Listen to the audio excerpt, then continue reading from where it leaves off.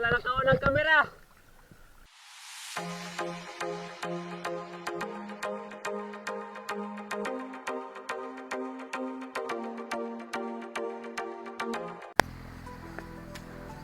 Good morning. Gusto po kayo? Medyo matagal-tagal tayong hindi nakapag-upload kasi di tayo nakapamana. Gawa ng buong linggong umuulan dito. Saka bumabaha kaya malabo ang dagat. Katapos isang linggo din tayong nagpunta sa bukid. Nagpatuyo tayo ng niyog, nagkopra. At pagkatapos may ginawa tayong bahay ng kaibigan ko. Kaya ngayon pa lang tayo nakabalik. Tsaka malabo dito sa tabi. Kaya kailangan mamangka. Pero ngayon magsasagwa lang muna kami ni pinsan. Ito yung bangka na gagamitin namin. Busy pa kasi si Rasada Master. Busy pa sa eskwela. Kaya magsasagwa lang muna kami. Dalawa lang muna kami ngayon. Dinaanan namin yung isang kasama namin, pero sabi niya ayaw munang bumalik sa pamana ngayon kasi namana sila kahapon. Ang lakas daw ng agos, kaya konti lang yung huli nila. Pero ngayon susubukan natin. Baka hihina na yung agos, saka malinaw na yung tubig. Kaya yun guys, samahan nyo ko sa Tribago Adventure na naman. Yan. Welcome back. Maraming salamat. Mga idol, partner ko ngayon si Pinsan Oliver. Simula na kami magsagwa papunta sa spot. Sagwa lang muna tayo ngayon. Wala pang di motor. Busy pa yung operator. Kaya idol, abang-abang lang mga idol. Yan.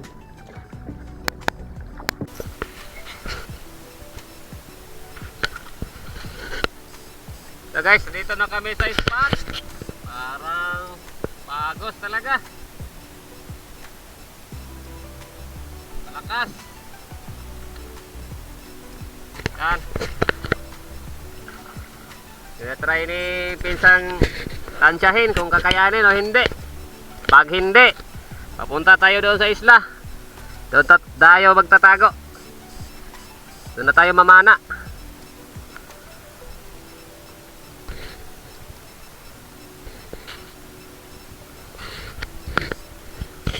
Para sa daw ang sulog? Ha? Kinaira?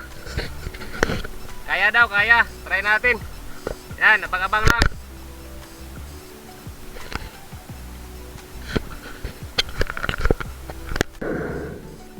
At ayan na nga, unang dive natin sa pamamanang ito, sa adventure natin ito. May nakita tayong target, trigger fish. Ayun, sa pool naman. At unang huli natin sa episode na ito. Malit na pana lang pala yung gamit natin, na walang clapper at saka walang line. At di na rin tayo lumalayo sa bangka dahil baka biglang lalakas ang agos. Madali tayong makaakyat sa bangka. At saka ma-rescue natin yung isang kasama natin na nasa medyo malayo-layo.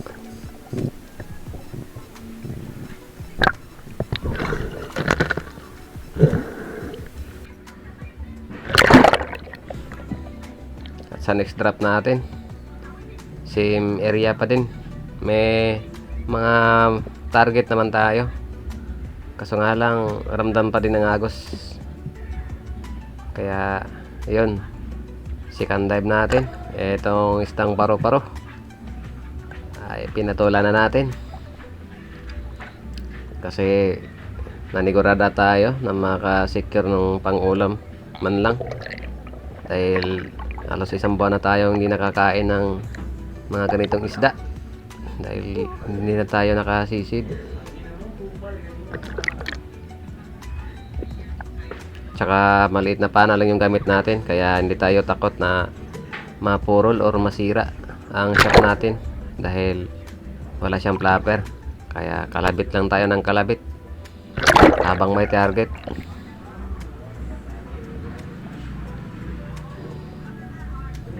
Same area pa din. Ikot-ikot lang ako dito sa bangka dahil may target naman. Medyo malalim-lalim nga lang ito. Tsaka may agos pa kaya gastos sa hangin.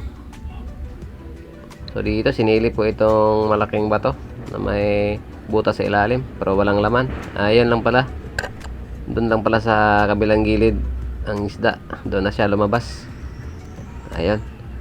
Pangatlong huli natin. Nakatatlong piraso na tayo. Para sana malagdagan pa ito na may uwi natin.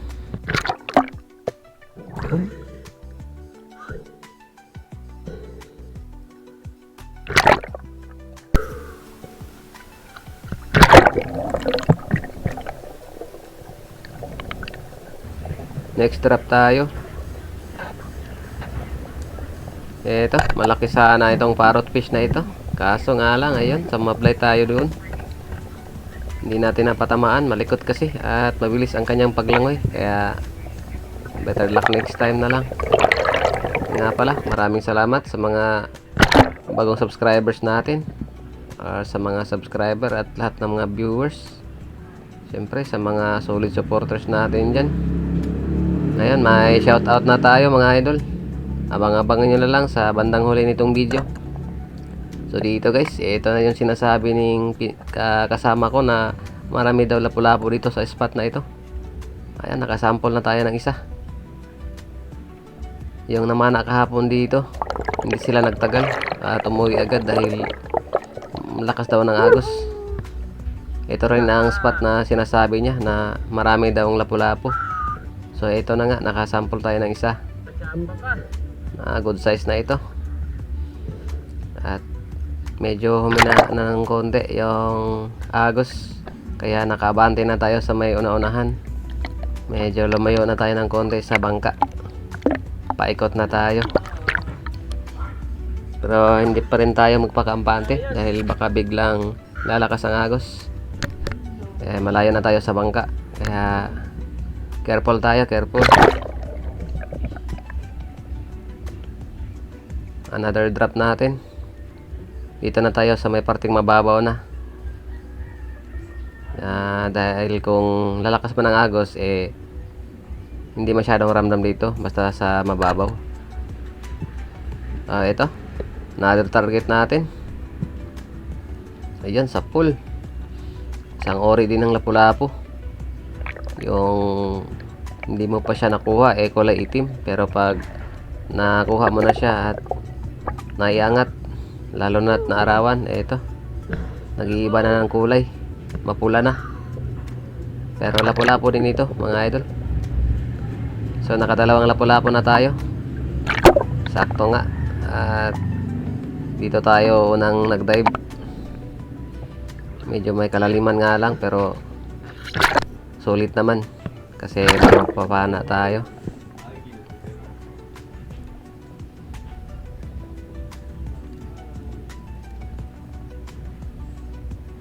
Another target.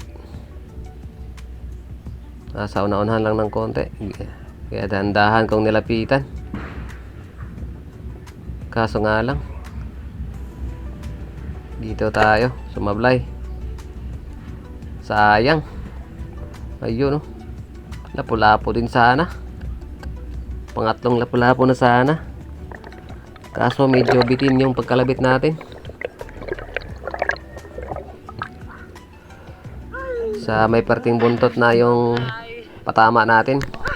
Kaya ayun, sablay. Sayang. Totoo pala talagang maraming lapu-lapu dito sa spot na ito, sa bahurang ito. Kaya move on tayo. Mabante pa ako sa una-unahan pa. So dito may target ulit tayo. Kaso iyon. Hindi ko na lang kinalabitan kasi alanganin. At baka mapunit lang at masayang lang yung isda. Kaya umahon muna ako at sinubukan ko siyang habulin at hanapin.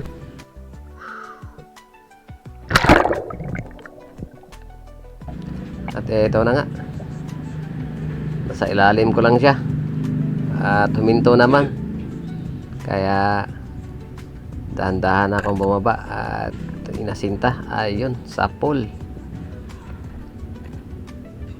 Pang-5 lapu-lapu na sana ito.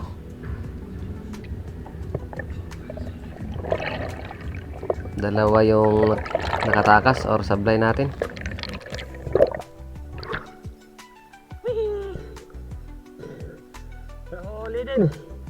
At pagkatapos dito sa isdang ito, bigla ko na lang naramdaman yung lakas ng agos. Bumalik at mas lumakas pa. Kaya nag-decide kami na aakyat at lilipat na sa isla. Doon na muna magpalipas ng agos at saka mananghalian na rin. Tuta!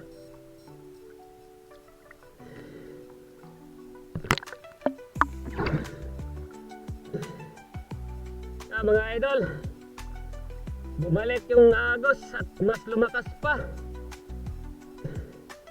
Lilipat muna kami sa isla. Doon na muna magpalipas ng agos. Sayang, nawala na sana kanina ito. At ngayon bumalik.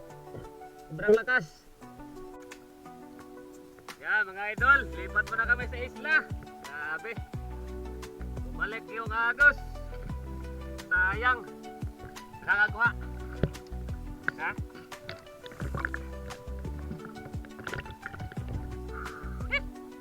Sayang.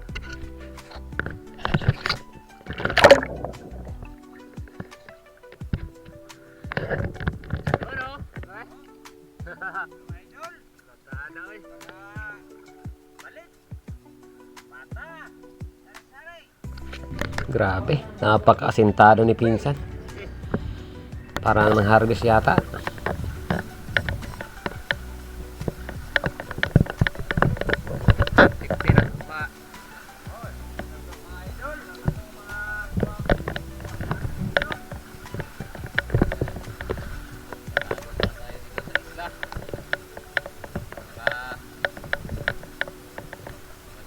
Para sa panilian natin ang huli ni Insan Oliver. Mga 20 kilos. 20 kilos idol. Palit. Ito idol. Ito. Marina po idol.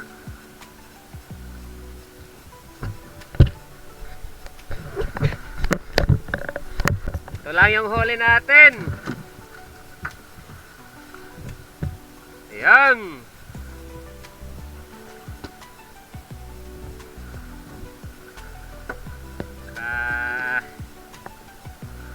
Yun. Solve na. Kilaw ta. Busog ba? Ha? Kau ito na para dito niya. Yan o.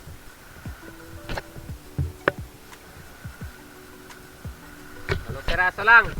Goods na, goods na. At pagkatapos naming mananghalian at nakapagpahinga lang ng konti, ayan, sumakay na kaagad kami sa bangka at simula na rin magsagwa papunta sa next spot namin. Tatlong lipat natin mga idol. Sa isang side na naman tayo ng isla. Malabo ang visibility doon. Nakapat na piraso lang tayo. Hindi na ako nakakapag-video kasi malabo ang dagat. Dito, malinaw ang dagat dito. Kaso, ramdam dito ang agos. Pero parang kaya naman. Kaya, tama ko, nauna na. Itong maliit na pana lang gagamitin natin dito.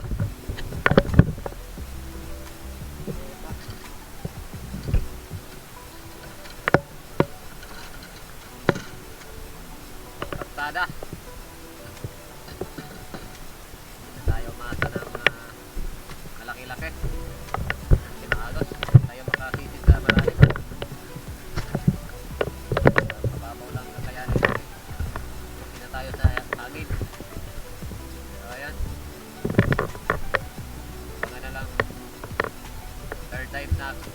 namin. Pangatlong lipat. Ayun. Maraming salamat. Tatayan na nga mga idol dito sa pangatlong lipat namin na spot or area. Hindi pala pwede yung maliit na pana dahil ang mga target dito na isda ay nasa malalim. Kailangan siya ng lime dahil baka madisgrasya pa yung shop natin nung pana natin na maiksi. Kaya ito, at saka mga isda dito, ang target dito puro na sa ibabaw. Kaya di pwede dito yung mga maliit na walang line at saka walang flapper. Kaya ito na lang ginamit natin, itong mahabang pana natin. At unang sample natin dito sa spot na ito danggit. Marami sanang danggit kaso may kailapan lang at butit na tsambahan natin itong isa. So kasunod na dive natin, try kong silipin itong malapad na corals na ito. Baka may lamang lapu-lapu o di kaya ay lipty, pero wala akong nakita. May nakita akong isda pero di ko target, maliit, kaya dito muna ako sa kabilang gilid. At ito, napatamaan naman natin itong baga-baga na isdang kulay pula. Kahit hindi ito kalakihan pero masarap ang laman ito. Ito yung kadalasang nahuli natin sa gabi.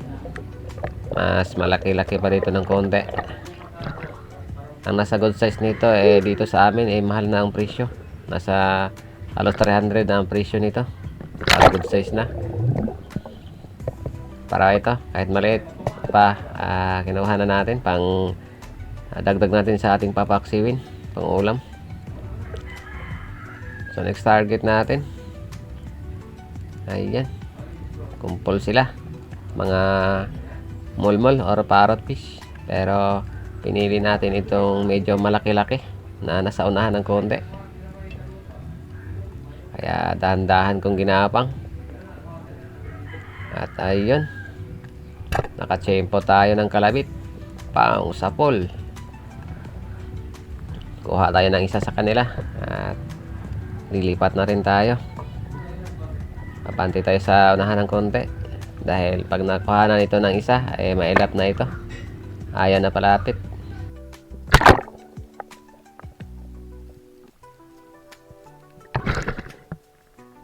Jampaan pa.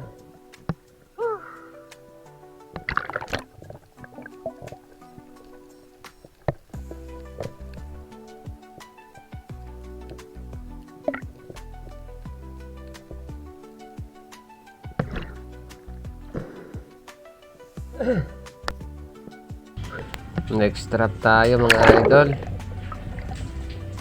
Dami sanang target pero nandun sa may malalim, nagloko yung tainga natin. Ayaw mag-release ng hangin yung isang tainga natin sa may bandang kaliwa, kaya napakasakit.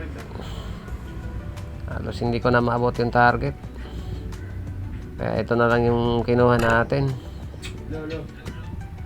At least may madala tayo paangat. Sayang may mas malaki-laki pa sana doon sa babaang parte, kaya lang hindi na maabot. Masakit na talaga sa tenga. At pagkatapos ng isdang ito, nag-decide na kami na babalik na, pauwi na. Pero dadaanan muna namin yung sinisid natin kaninang umaga, yung unang spot natin. Lalim pa naman ang mga isda.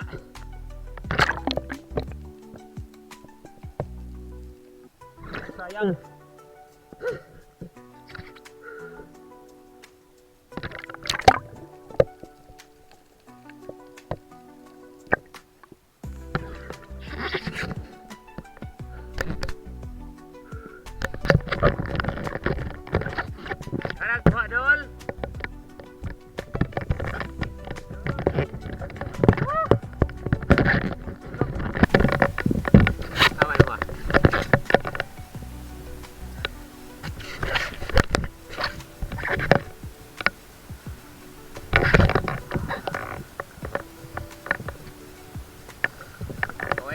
Gilaay na.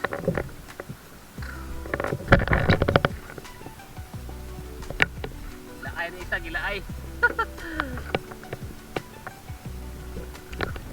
Ah.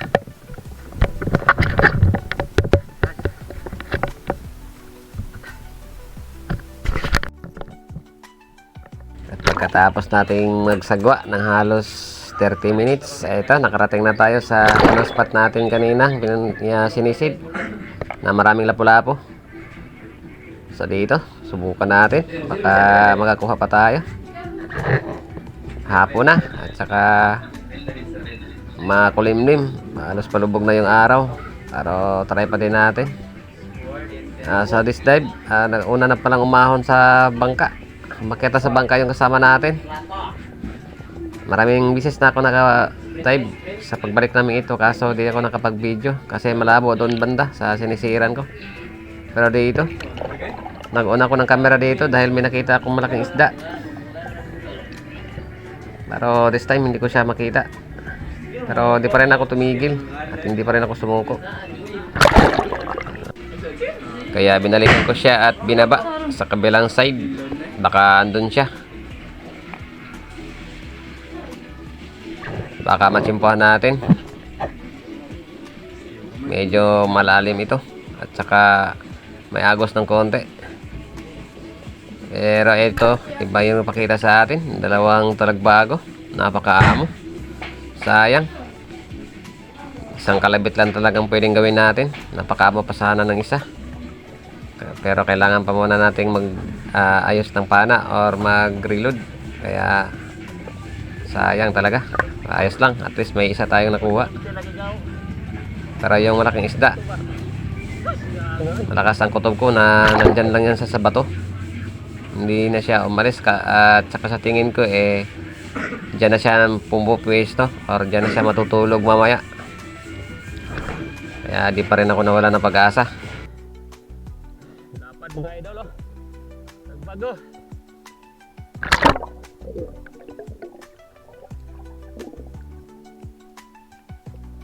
May malaking lipti sana. Hindi na lumabas.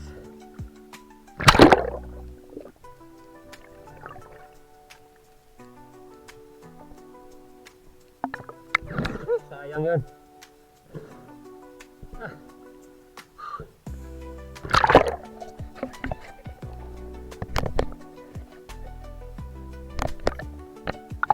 So dito guys, pagkatapos nating mag-reload ng ating pana at nakapag-recover na ng hangin, bumaba ako sa kabilang side naman ng bato kung saan ko siya nakikita kanina. Doon ako sumubok na silipin siya, baka matsimpuhan natin. Ayan, dandahan kong binaba kasi hindi na kasi masyadong kita kung distansya ka sa butas. At ito, may nakita akong stripe. Akala ko yun na yung lifty. Ayun pala yung isda na nahuli natin ng una. Isdang paru-paro. Sayang. Kinabahan ako at akala ko yun na yung lifty. Magkasing design lang kasi sila ng kulay. Sayang. Pero hindi pa rin ako tumigil. May oras pa naman at saka may araw pa.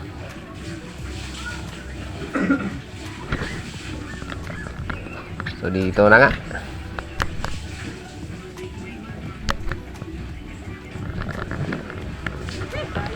Sa di inaasahang pangyayari, napana ko na siya ng buong pagbaba ko. Kaso hindi pala nakaon ng kamera. Sayang talaga. Akala ko pa naman nakauna yung kamera natin. Ayun o, iniwan ko yung pana. Mangat muna ako, mag-recover ng hangin.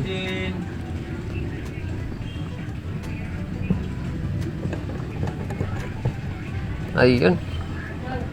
Sayang talaga hindi ako nakapag-video ng pagpana natin. Pero at least nahuli natin at nakuha. Ganda ng patama natin. Walang kawala talaga. At nadala natin siya paangat. Hindi rin siya makapwersa kasi sa may bandang mundot natin napatamaan. Swerte natin. Tambagad.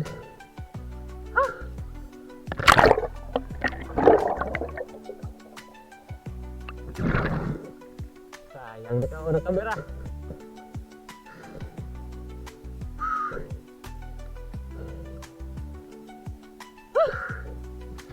Thank you, Lord.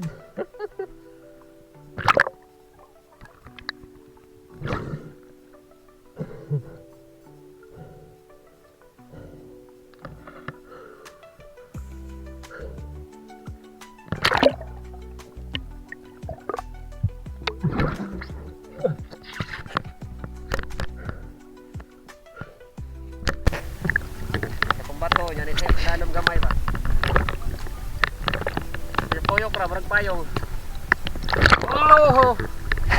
May pamasahe tayo pa uwi. May babaon. Okay na rin kami. Hapon na.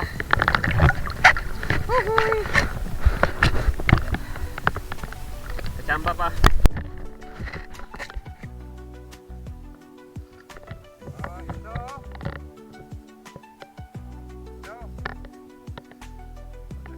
Ng ano? Dapat.